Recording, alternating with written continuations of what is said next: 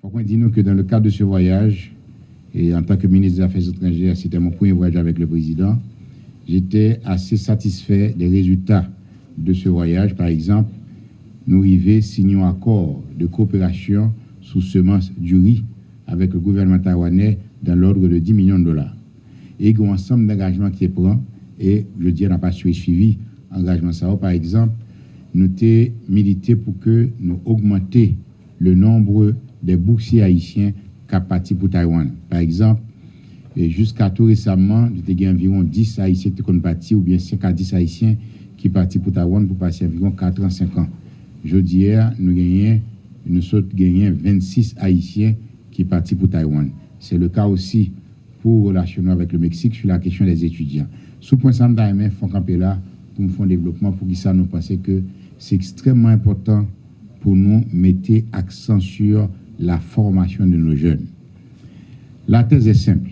Nous apprenons tout pays d'Amérique centrale. Ils sont, je crois, 5 ou 6 pays de l'Amérique centrale. Ils n'ont pas réuni 30 millions d'habitants. À peine si ils arrivent toucher 20 millions d'habitants. Mais le point axe, Cuba, Haïti, République dominicaine, nous sommes à 30 millions d'habitants.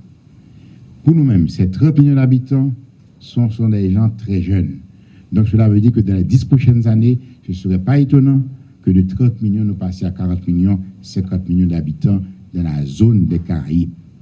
Donc là, nous gagnons sur le plan économique une potentialité énorme. Cuba, sur le plan de la formation, est déjà prêt. La République dominicaine, sur le plan des infrastructures, est déjà prête.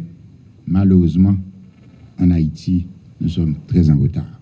Au niveau du gouvernement, avec le président de la République et le Premier ministre, on fait tout ce qui est possible pour nous gagner le maximum de jeunes Haïtiens qui, en Haïti, a étudié et l'autre qui est parti à l'extérieur pour aller faire des études. C'est pour ça, par exemple, avec le Mexique, eh bien, on a continué avec le programme de formation pour des Haïtiens, près de 93, sont partis il y a de cela 2 mois, et déjà on commence à travailler pour que il y ait 100 autres encore qui partent pour aller étudier au Mexique. Donc, nous devons mettre accent sur ça, a dit c'est extrêmement urgent pour nous faire ça possible, pour nous goumer pour gagner la stabilité politique nécessaire pour permettre que, eh bien, dans 10 ans, dans 5 ans, dans 10 ans, les Haïtiens sont prêts au niveau de la formation et que nous ayons les infrastructures nécessaires pour nous faire face aux problèmes de boom économique que nous pouvons gagner dans la région des Amériques.